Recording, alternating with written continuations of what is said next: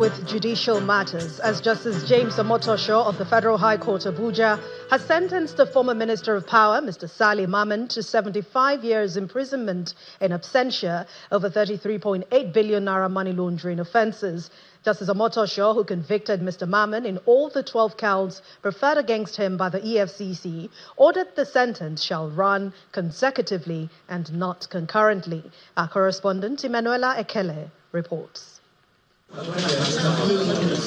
On May 7th this year, the former Minister of Power, Mr. Sali Mamman, was convicted in absentia on a 12-count charge bordering on fraud and money laundering preferred against him by the Economic and Financial Crimes Commission. Due to his absence, the trial judge, Justice James Omotosho, fixed May 13 for his sentencing with the hope that he will be in court. That, however, did not happen as he failed to show up. His counsel told the court that he was oblivious of his whereabouts as the former minister could not be reached on phone. Nevertheless, that did not stop his sentencing. Handing down his sentence, Justice Omotosho agreed with the counsel to the EFCC, Rotimi Oyedepo, that though the defendant was not in court, the provisions of Administration of Criminal Justice Act gave the court the power to proceed with the sentencing, and Mamman cannot claim to have suffered a miscarriage of justice. The judge consequently sentenced the convict to 7 years imprisonment in counts 1, 2, 3, 6, 7, 8, 9, 10, 11, and 12 without option of fine. Omotosho also sentenced him to 3 years jail term in counts 4, with an optional fine of 10 million naira and 2 years imprisonment in count 5 without option of fine.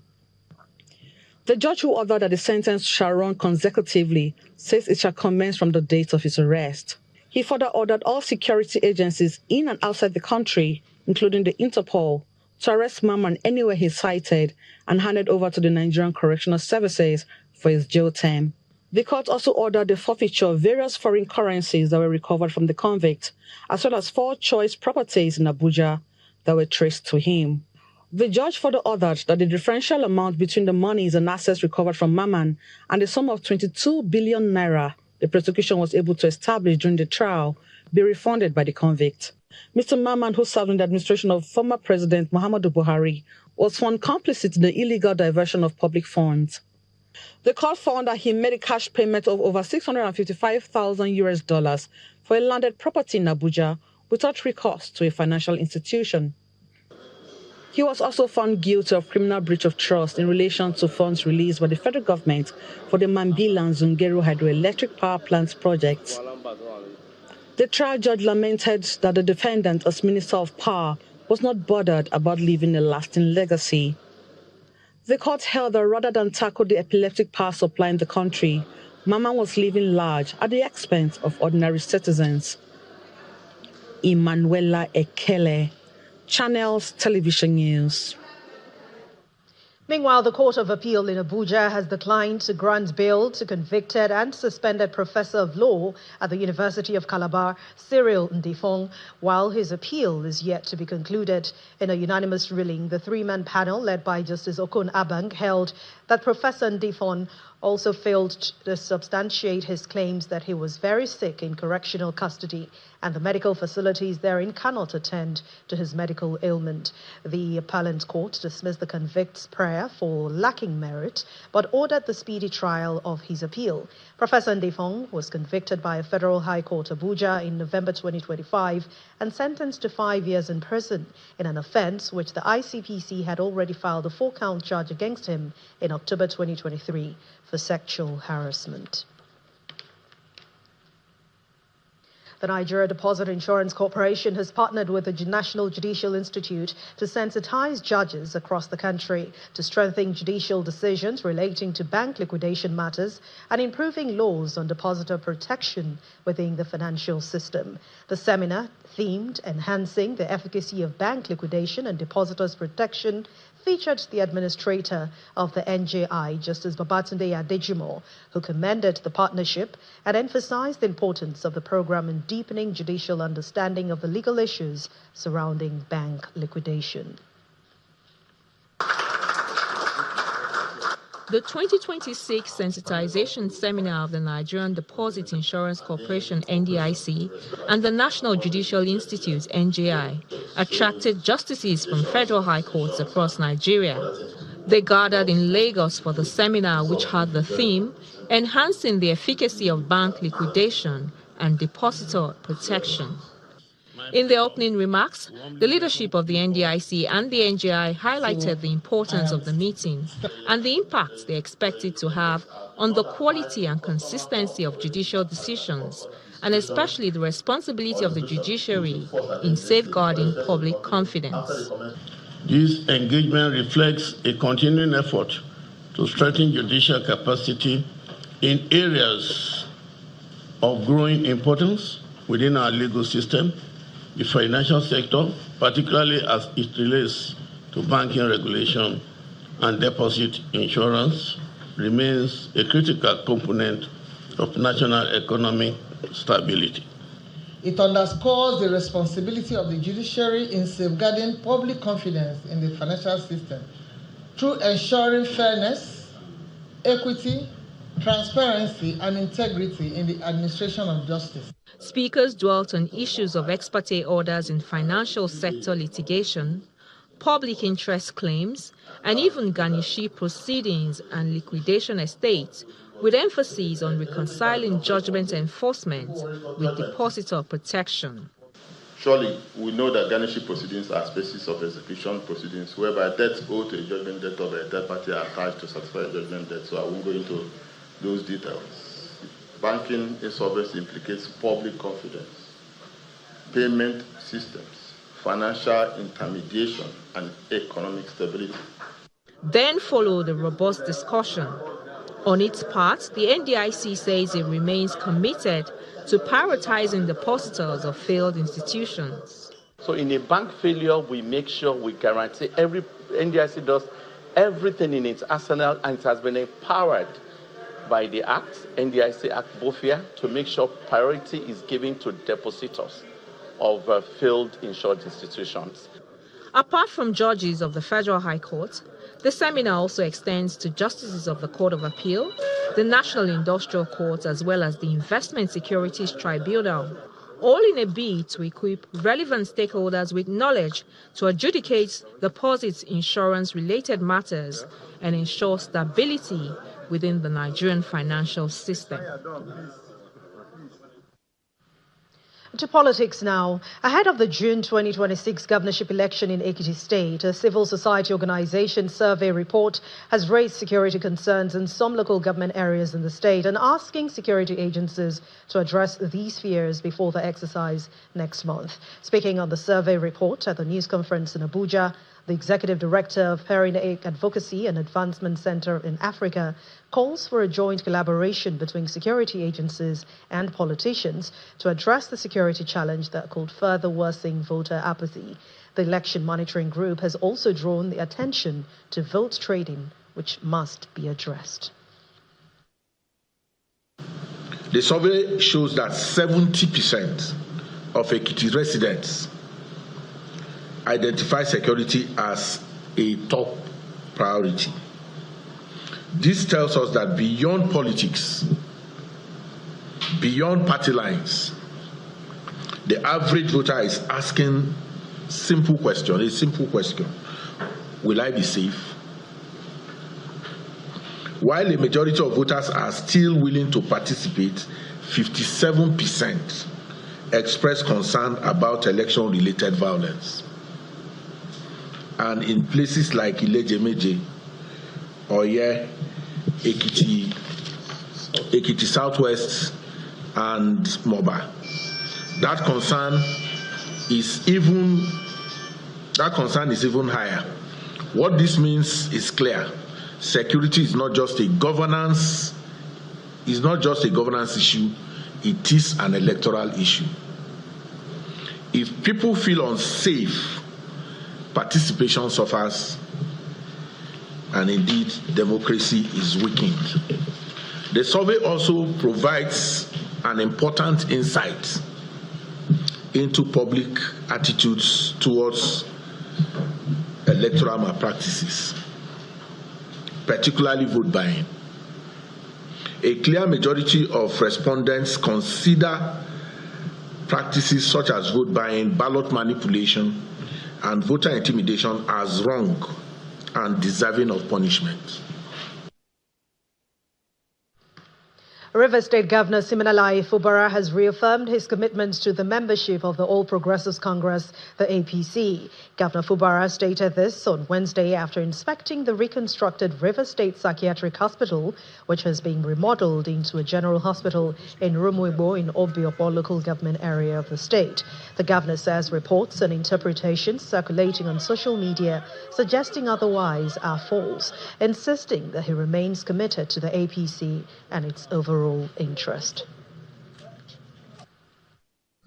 I'm a member of the All Progressive Congress, and nothing has changed.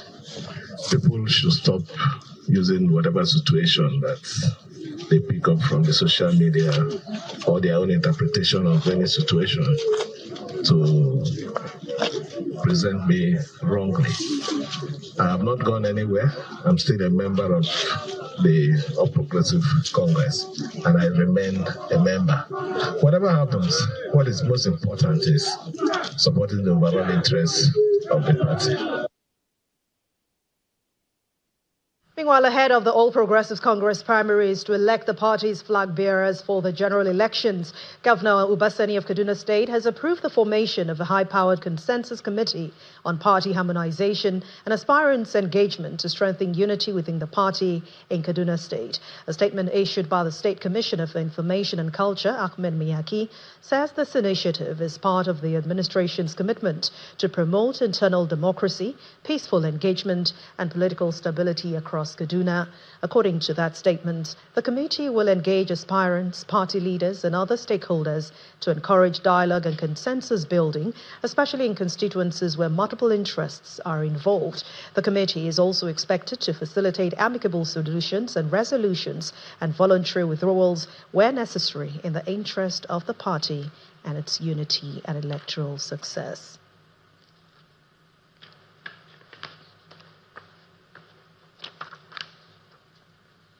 In part two, after the break, President Bola Tinubu arrives in Kigali, Rwanda, ahead of the 13th edition of the Africa CEO Forum, which begins on Thursday. Please join us again.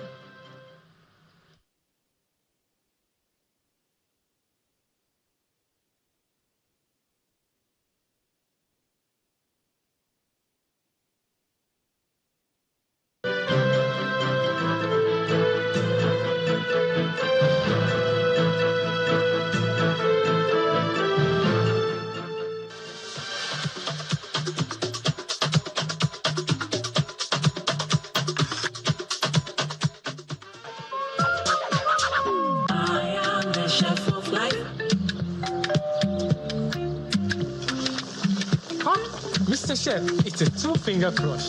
Pass me the chicken and dry purpose. With Mr. Chef, a simple crush turns meals into culture and moments into memories.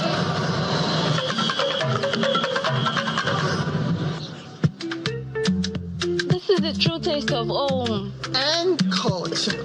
Chef of life. Oh, you feel that? Feel what? The crash zone. Crash what?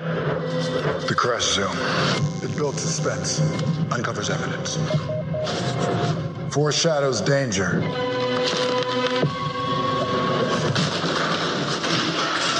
You feel it now? Oh, yeah. I guess I'll go and try and find a ladder.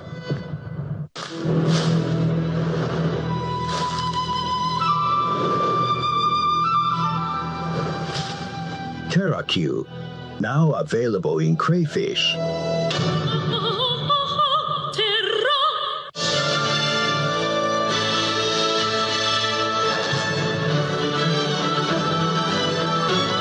TerraQ, unwrap joy, unleash taste.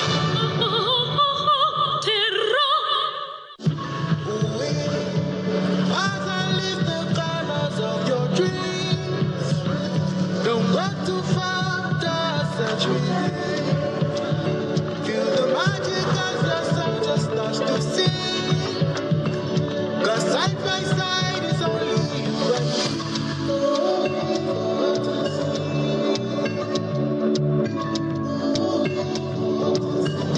New look, same timeless performance. I am the chef of life. Eniola, calm down. Calm down. What if I ruin everything? Auntie Amina is coming. Just pass the beef and dawa cubes. No, Hassan. With Mr. Chef, it's a two-finger crush. Chef of life. Oh, I am the chef of life. Chef of life with Mr. Chef. Eniola, you've got this. Tanu Mama, Tanu Baba. Hassan, why do you look so lean? I am the chef of life. With Mr. Chef, a simple crush turns meals into culture and moments into memories.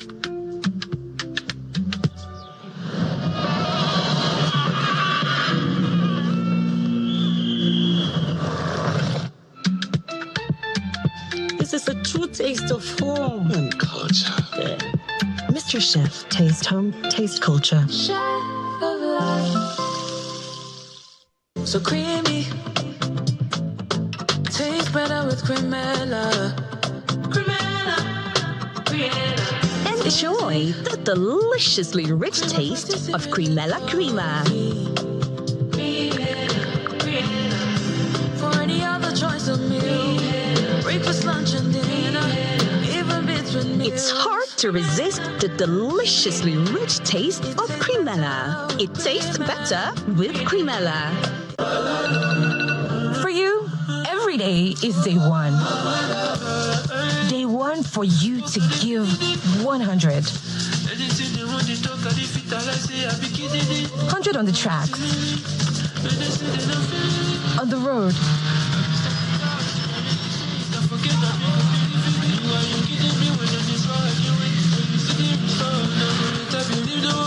at work, because it's your job to give your all.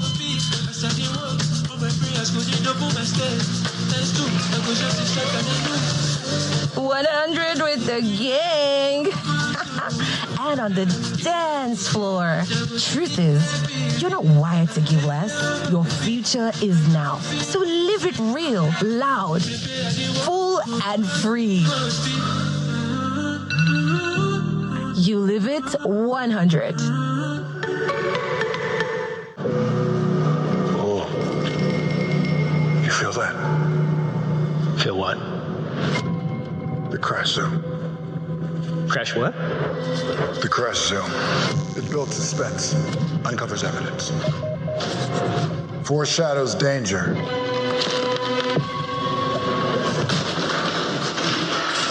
You feel it now?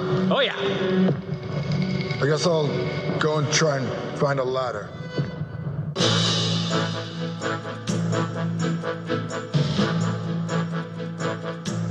Welcome back. If you've just joined us, you're watching the news at 10 on Channels Television, broadcasting live from Lagos. A reminder of our main stories. Court sentences former Minister of Power Sally Maman to 75 years jail term in absentia over 33.8 billion naira money laundering charge. NDIC and NJI collaborate to equip judges across the nation with knowledge on effective bank liquidation processes and protection of depositors' funds. ADC presidential aspirant Mohammed Hayatuddin submits his expression and interest in nomination forms, advises the party to prioritize competence over zoning.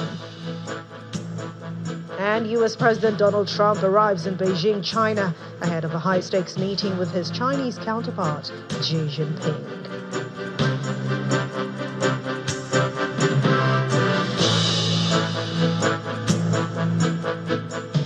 Staying with party politics, the presidential aspirants of the African Democratic Congress is asking the party to prioritize competence over zoning and other considerations as the ADC prepares for its primaries to choose a presidential candidate for the 2027 general election. Mr. Hayatuddin spoke to journalists at the ADC headquarters in Abuja after submitting his expression of interest and nomination form for the presidential ticket of the party. Former Vice President Atiku Abubakar and former Governor of Rivers State Rotimi Amechi have also indicated strong interest to fly the party's presidential flag in the forthcoming general election. The party leadership would decide what mode of primaries will best suit the needs of ADC in order for it to win this election hands down. So that's number one. Concerning zoning, I think what is required here is competence and distinction in terms of one's ability to provide leadership to every single individual in this country. The 230 million people deserve a leader who is a uniter, not a divider, who is very competent.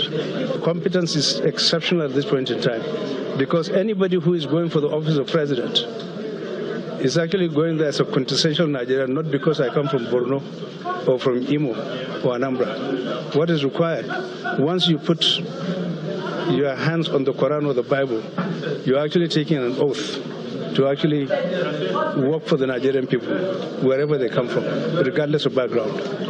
If I'm lucky to get the nomination and go on to contest this election, I'll be waging a campaign that is focused on alleviating poverty, eliminating insecurity in this country, reducing the cost of living, and putting our children back to school. And outside our shores, President Bola Tinubu has arrived in Kigali, Rwanda. And that's ahead of the 13th edition of the Africa CEO Forum, which begins on Thursday. President Tinubu was received at the presidential wing of the Kigali International Airport by the Minister of Foreign Affairs, Ambassador Bianca Ojukwu, Rwanda's Minister of Defense, Juvenal Marzimunda, and other top government functionaries from Nigeria and Rwanda. The theme of this year's forum is the scale imperative, why Africa must embrace shared ownership. It will see President Tinubu speak on holding the line, Nigeria's reform bet in a fractured world, highlighting the gains of sustaining Nigeria's bold reforms, among other topics. According to the statements by the presidency, the president will also hold high-level bilateral meetings with top global and African business leaders, while reaffirming Nigeria's leadership role in shaping the continent's future and its commitments to advancing unity, deepening regional economic cooperation, and fostering strategic partnerships to accelerate private sector-driven sustainable development across the continent. The discussions were very, very cordial. You know, the sacrifice it is for the president to be here at this time, signifying the importance of the relationship between the two countries and why Mr. President is here today. They're both leaders in the AFCFTA. As you know, Nigeria is co-champion on digital trade. We talked about how to leverage the African Continental Free Trade Area. They talked about the importance of accelerating the pace at which we're trading. We talked about ongoing relations. You know, last year we entered into an air cargo corridor arrangement with Uganda Airways. We're also in talks with Rwandan Airways to see how Nigerian businesses can export more of their goods across the continent. And so those are the kinds of trading goods and trading services. We also had the discussion from other colleagues, briefing both presidents, and it was a very fruitful deliberation. As you know, we're coming from Nairobi, where we had the Africa-France intervention, the Africa Forward Summit. There we had about 40 CEOs from across the continent, both African and French, at the table talking to heads of state. Mr. President was also there, talking about green industrialization and how to make sure that capital is consolidated on the continent to leverage what we need to do as Africans for Africans. And back home, the lawmaker representing Edo North Senatorial District in the Red Chamber, Mr. Adams Oshiomhole, says that he is not ready to push the cart before the horse in relation to the Senate presidency race, as he is gearing up to contest in the next poll. He also says that any rule contrary to that which exists in the National Assembly will not be tolerated. He spoke on our political program, Politics Today. The rule with regards to the future, the election of Senate presidency is very well provided for in the Nigeria Constitution, Section 52. Any rule you make that is in conflict with that, the Constitution will prevail.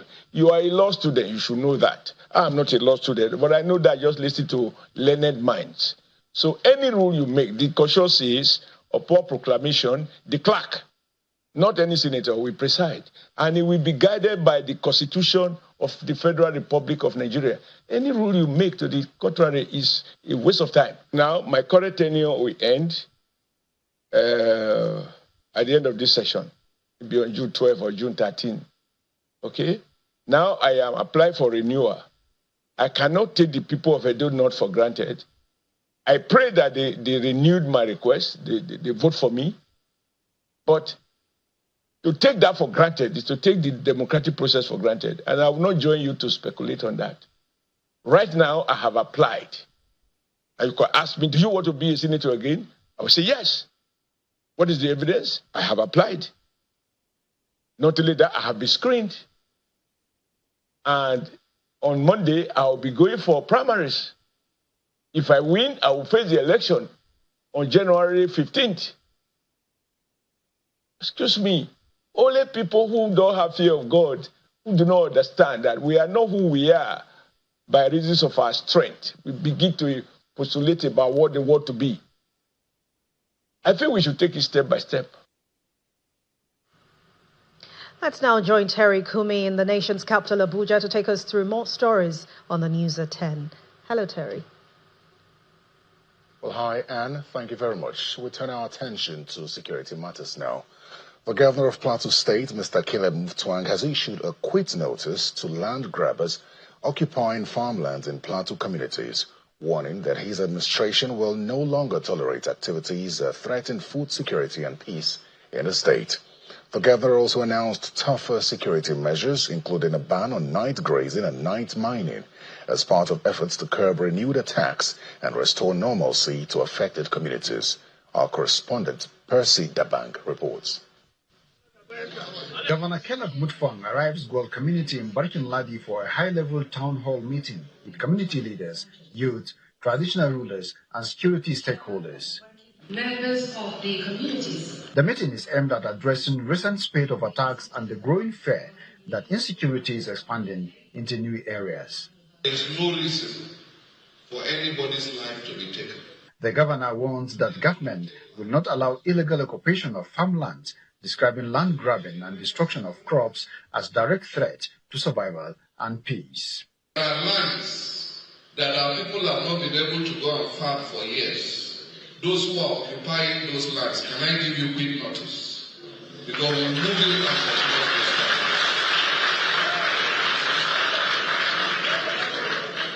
you can't put us in poverty. He also directs security agencies to take tough action against anyone found destroying farmlands. The wickedness of going to destroy farmlands has to stop.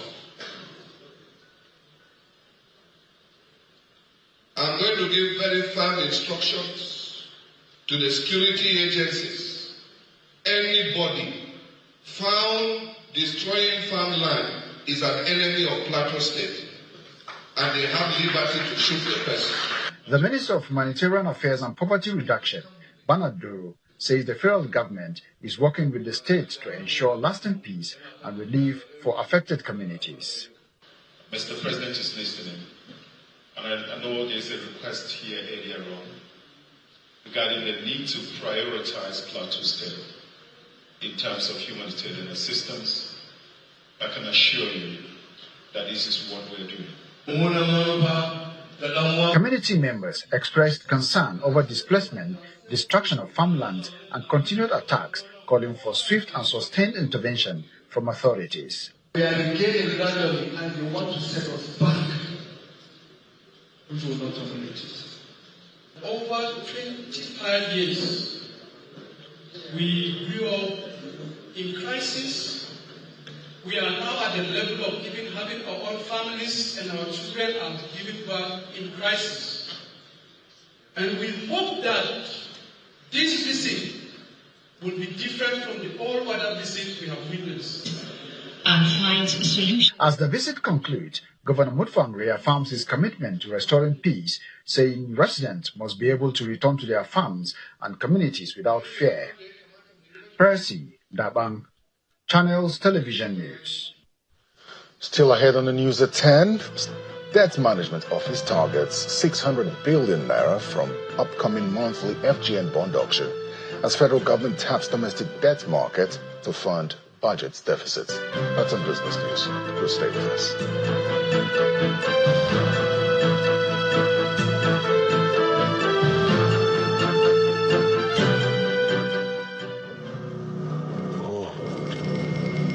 You feel that? Feel what? The crash zone. Crash what? The crash zone. It builds suspense, uncovers evidence, foreshadows danger.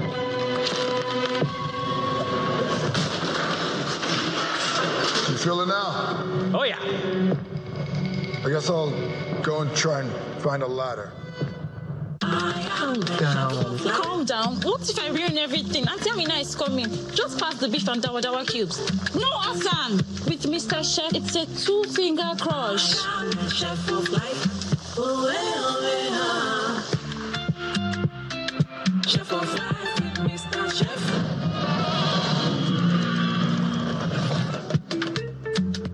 This is a true taste of home and culture. Chef of life.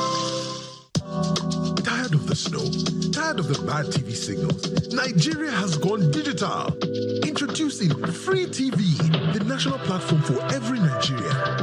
Get 100 plus channels immediately. Sports, news, and entertainment in your native language with clear picture quality. Whether you're in the city or the village, our satellite signal reaches every corner of 36 states from day one. No monthly subscription, just a compatible decoder, and you are set. It's a national asset built for you. Take the show on the road, download the Free TV app, and stream your favorite channels anywhere. Starting this May, scan to download the app or call 0700 388 7277. Free TV, digital TV for free. Brought to you by NBC.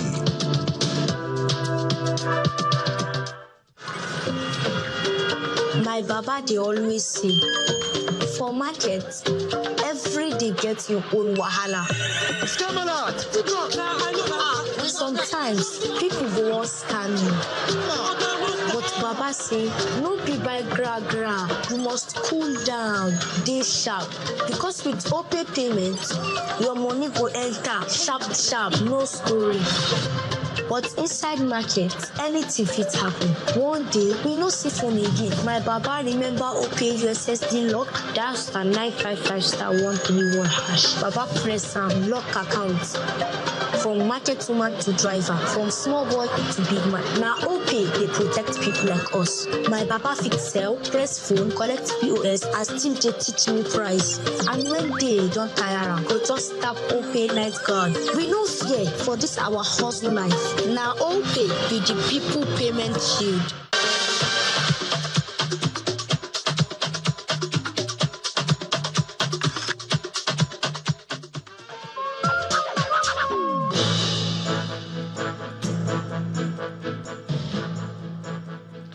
Welcome back to the news at 10. We're staying with matters of security. In Edo State, security operatives have arrested 12 suspected cultists and sealed 2 apartments allegedly used for cult initiations during raids across Benin City.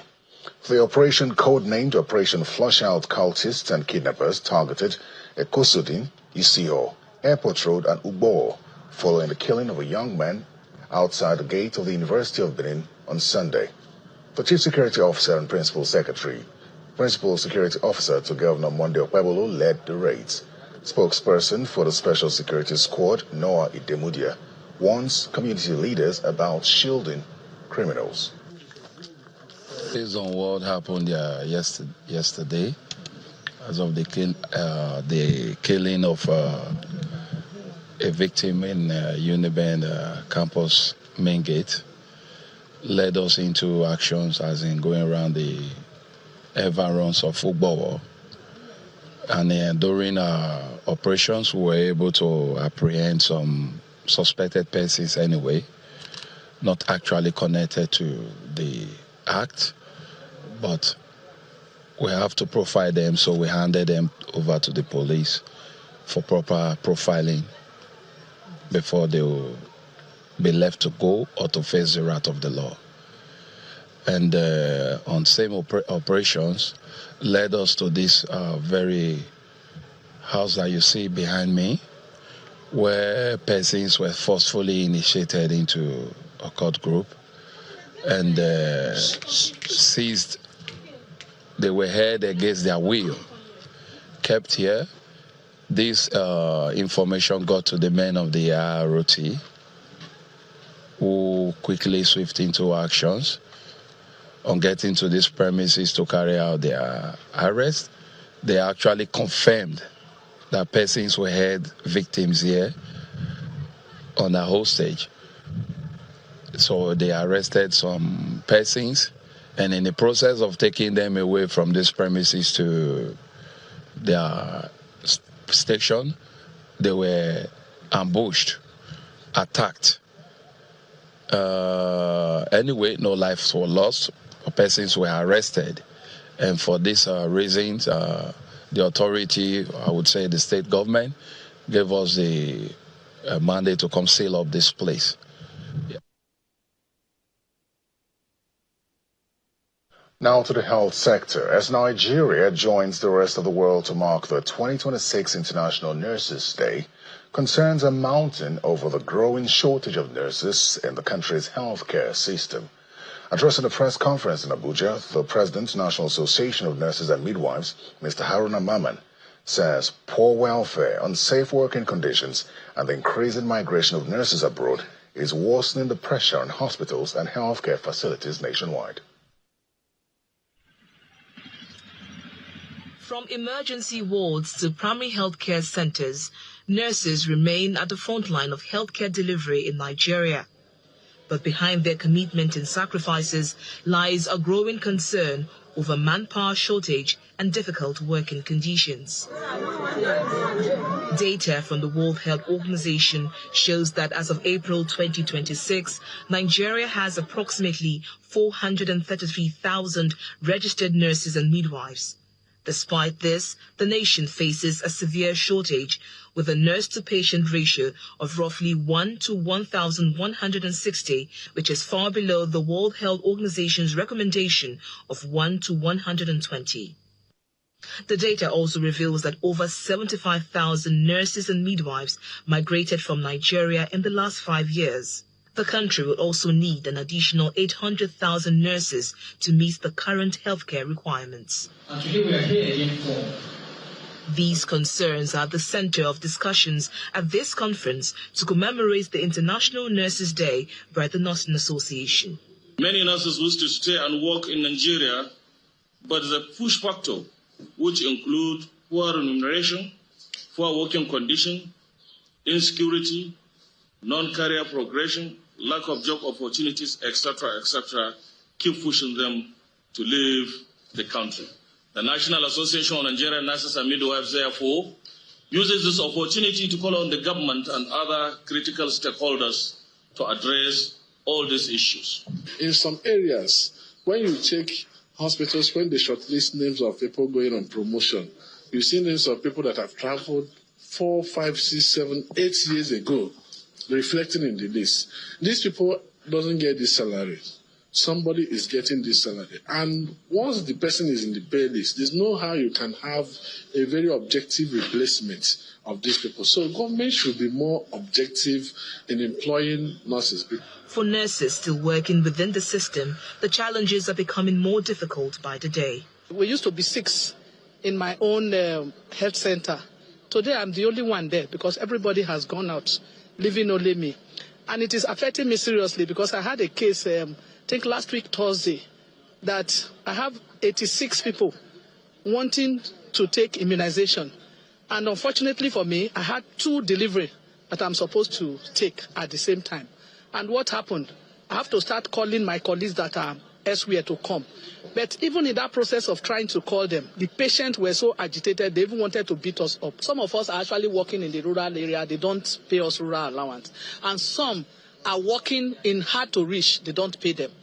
And apart from that, if government decide a policy to pay people that are in rural some amount of maybe incentive, let me not put it on money, they can also put all nurses, anytime nurses cry, at least, my children, they are trying, is enough. For many nurses across Nigeria, the hope is that this year's commemoration will spark meaningful reforms that will improve working conditions, strengthen healthcare delivery, and reduce the growing migration of skilled professionals from Nigeria. From Abuja, Victoria Longchan, Channels Television News. The federal government is set to launch Nigeria's digital cable satellite on June the 17th, 2026. The Minister of Information and National Orientation, Mr. Mohammed Idris, who stated this while on a tour of the NIGECOMSAT national headquarters in Abuja, disclosed that Nigeria's digital satellite stations will be available to viewers in sub-Saharan Africa. He also confirmed that the long-awaited digital switchover, when commissioned, will provide 100 channels and improved picture quality. Our correspondent, Delio Moyeni, reports. The Minister of Information and National Orientation arrives at the premises of NIGECOMSAT Limited, the Nigerian government-owned company operating the NIGECOMSAT 1-hour satellites.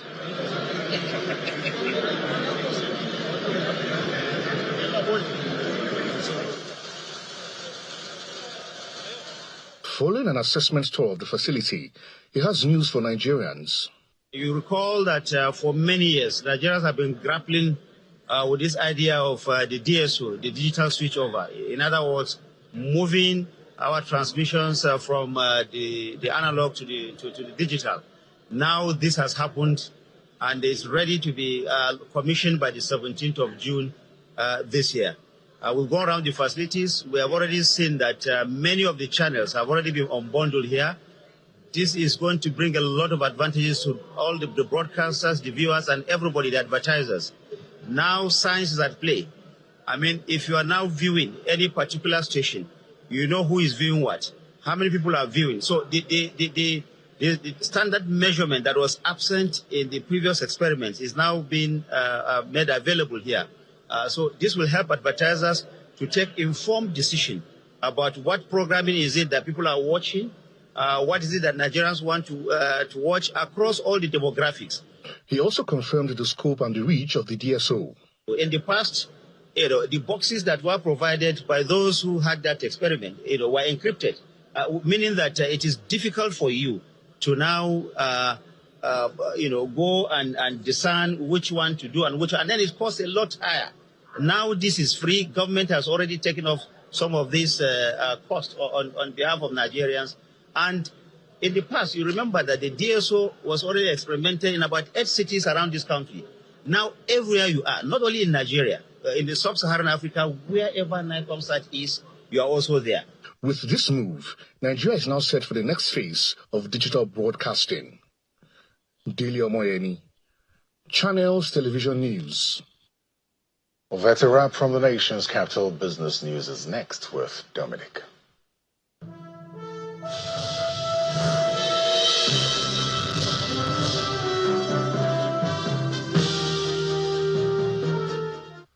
Thank you, Terry. And on business news, the Debt Management Office says it seeks to raise 600 billion naira from 2 federal government debt instruments at its upcoming monthly bond auction set to hold on May the 18th.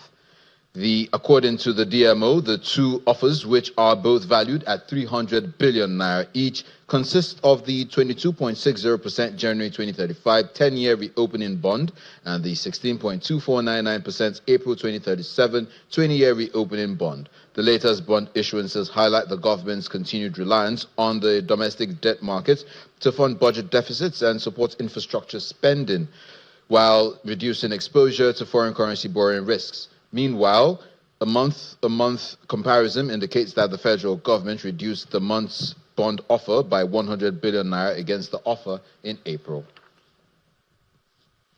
Nigeria's commercial paper market recorded strong momentum in the first quarter of this year as corporates increasingly turned to short-term debt markets to raise liquidity amid elevated interest rates and tighter banking conditions. The Group Managing Director of Ancoria Capital Group, Sam Chidoka, who was a guest on our Business Morning program, says the surge in issuances is expected as many firms are assessing the markets to fund business growth, manage working capital, and support expansion strategies in the current challenging economic environment. Look at it in terms of cost. So if a typical company goes to a bank, a commercial bank today, to get a loan, you have prime lending rates ranging from anywhere around 26% to 35%, depending on the type of corporate. So if you're a high blue chip type company, maybe you're pricing around 26, 27% in terms of the cost of borrowing. If you're a more SME type, you're pricing around 30 to 35% in cost of borrowing, right? Now you come to the commercial side, commercial paper side, and you can borrow money at 22, 23%. You can borrow money maybe at most at 23.5%. And some people can price tighter at somewhere around 20%.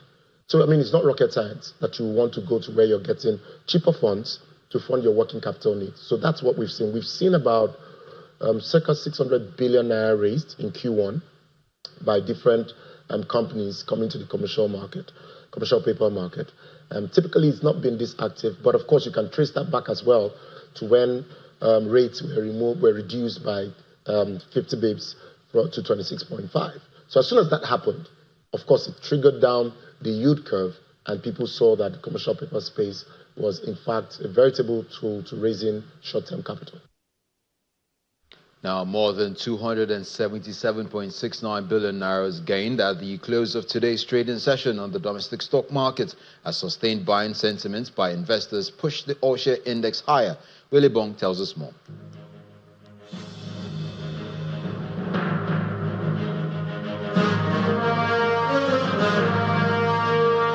Hello and welcome to the stock market report. Definitely the NGX is still on the roll. We see it's climbing further up today, 0.04% from yesterday's 0.77% close. We see the index now at 252,508.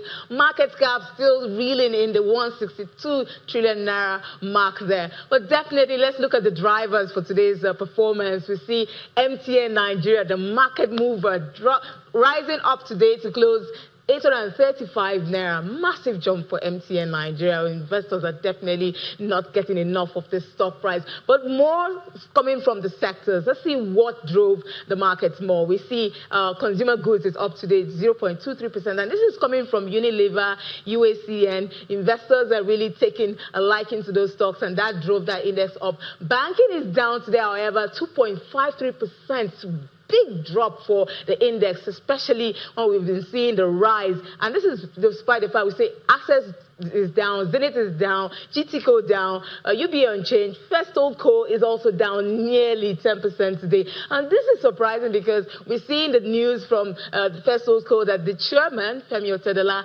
has increased stake in the company, acquiring shares worth about 43 billion naira. Investors probably not reacting much to that. See oil and gas, Eternal, pulling this index down. Well, we hope tomorrow is a better one for the market because definitely it's a zero-sum game here. And that's the stock market report. Will Ibang signing out.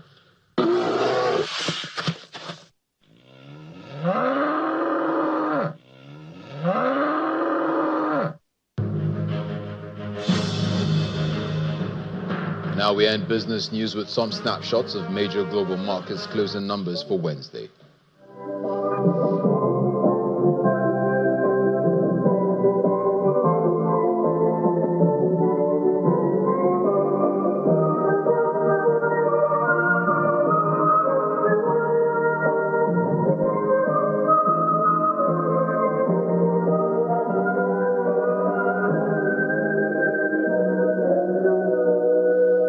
And that's it on business news. Back to Anne for the rest of the news at 10.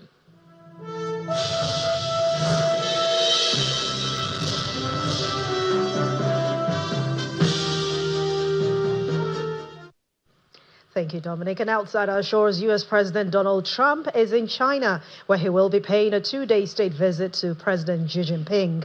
He's expected to discuss tariffs, competition over technology, the war in Iran, and, of course, America's relationship with Taiwan.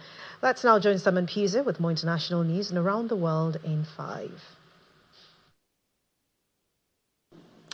Good evening and welcome to the channel's studios here in London with your international news around the world in 5.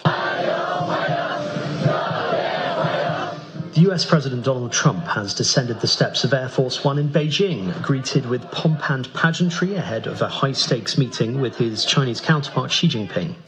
During his two-day visit, the global superpowers are expected to discuss tariffs, competition over tech and the Iran war, as well as the US's relationship with Taiwan. Trump returns to a more assertive China since his last visit in 2017, as he faces growing scrutiny of his military campaign in the Middle East.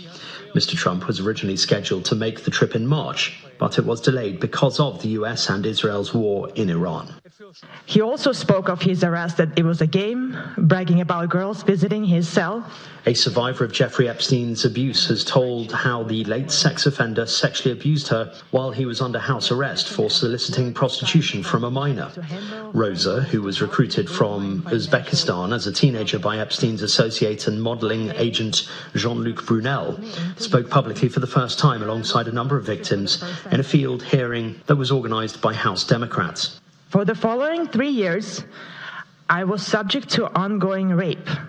She told the session she was introduced to Epstein by Brunel in July 2009 and was offered work by Epstein to help me with my financial troubles. He later subjected her to rape over a period of 3 years. I'm a woman, I'm a fighter, and I'm a witness, and I'm begging you, please wash your hands.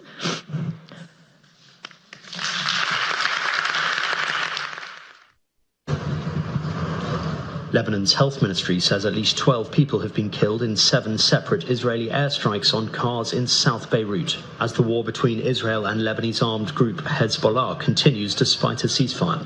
8 people, including 2 children, died when drones targeted 3 vehicles on the coastal highway in the Baja, Jia and Sadiat areas around 20 kilometers from the capital. The others were killed in strikes on 4 cars further south.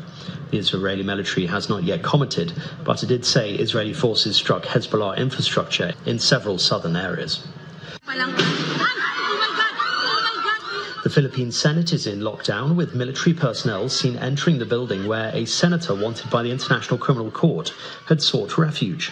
Rounds of gunfire had been heard. Officials say there have been no casualties. Senator Ronald De La Rosa said earlier he believed his arrest was imminent and urged Filipinos to prevent it. His whereabouts are currently unclear. He is accused by the ICC of killing dozens of people when he was police chief during former President Rodrigo Duterte's war on drugs, in which thousands of alleged drug dealers were shot and killed. Duterte has been held at The Hague since March last year. The UK government has outlined its legislative agenda in the House of Lords. Black Rod, the King's messenger, knocked on the door of the House of Commons after it was slammed in his face. This symbolises that the Commons is independent to the monarchy. The age-old tradition was followed by the King's speech, which, written by the government, outlines the legislative agenda for the coming year. But behind the pomp and grandeur, all is not well for the UK Prime Minister. His Health Secretary, Wes Streeting's allies, say they expect him to challenge the Prime Minister's leadership as soon as tomorrow. Keir Starmer has full confidence in Streeting, according to his spokesperson, after the pair held a 17-minute meeting at Number 10 earlier. Keir Starmer has been under pressure since the local elections in the UK, where his party lost a record amount of seats. And in a landmark German case targeting chocolate shrinkflation, a court has found that the manufacturer of Milka's classic Alpine milk bar cheated consumers and broke competition law. Cutting back on the amount of chocolate while having the same kind of wrapper meant the customers were being misled, according to a regional court in Bremen. The 3-week court case was brought by Hamburg's Consumer Protection Office, which accused the manufacturer of deceiving consumers by cutting the weight of Alpine milk bar from 100 grams to 90 grams. Reacting to the ruling, the maker said it was taking the decision of the court seriously and would look at it in detail. Manufacturers have often resorted to shrinkflation because of rising costs, reducing the size or content of a production in an attempt to maintain the same price. And that's your international news around the world in 5. Now back to the channel's studios in Lagos. Thank you, Simon. Welcome to Sports News. World record holder Tobi Amusan has won the women's 100 meters hurdles final in Accra, Ghana, claiming Nigeria's first gold medal at the 2026 African Senior Athletics Championship. Amusan's dominant victory marks our third African Championship title. Adobe Tabubo also won bronze in the same event. Rosemary Chukwuma won gold medal in the women's 100 meters event. Nigeria has won four medals so far, including a silver and a bronze medal. And Manchester City eased to a 3-0 win over Crystal Palace to climb just 2 points behind Premier League leaders Arsenal. First half goals from Antoine Semenyo and Omar Mamouche put City in control at halftime, and a late strike from Savio sealed the win for the citizens. City will now turn their attention to the FA Cup final against Chelsea on Saturday, looking to seal a domestic cup double after lifting the Carabao Cup in February. And FIFA President Gianni Infantino has confirmed that the 2026 World Cup will feature a trilogy of opening ceremonies, with each of the host countries, Mexico, the United States, and Canada, getting its turn at a star-studded celebration. He says some incredible artists will perform in Mexico, in Canada, and the United States at the opening ceremonies to bring together football and music to unite the world. We are ready to open the doors to the world, to welcome the world to the United States, to Canada, and to Mexico. Over 6.5 million fans in the stadium, tens of millions around the 16 host cities and in all other cities in the 3 wonderful countries. 6 billion people will watch it from home. Well, it starts in 1 month. It starts very soon. Get ready. We are working on the opening ceremonies where we'll celebrate, of course, football, but we celebrate as well music. We have some incredible artists who will perform in Mexico, in Canada, in the United States at the opening ceremonies to bring together football and music to unite the world. That sports is back to you, Anne. Thank you, Chris. And the main news again. The court has sentenced former Minister of Power Saleh Maman to 75 years jail term in absentia over 33.8 billion naira money laundering charge. That's the news at 10 tonight. Thank you so much for watching. I'm Anne Wawadu. Good night, and please stay safe.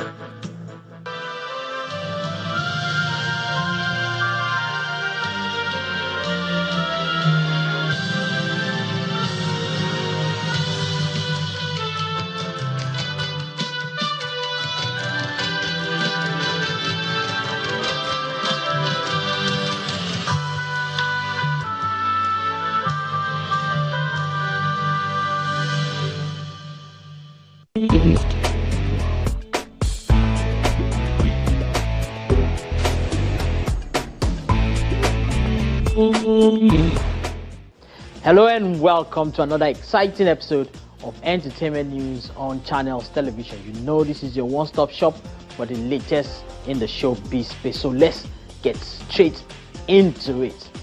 Now, the Africa Magic Viewers' Choice Awards have come and gone. Prizes have been won and lost. Of course, you can find a list of the top winners on channelstv.com. But memories and moments from the awards still lingers and have become the topic for conversation across different fora and across the world. For instance, the fashion conversation and direct comparison to the Met Gala have been ignited even in global fashion platforms. And another talking point is the moment when veteran actor Kanayo speaks about the ongoing xenophobic attack in South Africa. This was during his address as he receives the Industry Merit Award. I'm not happy about what is going on in South Africa today. Let us all lend our voices against the xenophobia attack on every African. There must be somewhere Africans will call their homes. We are not happy about what is happening in South Africa, and we stand on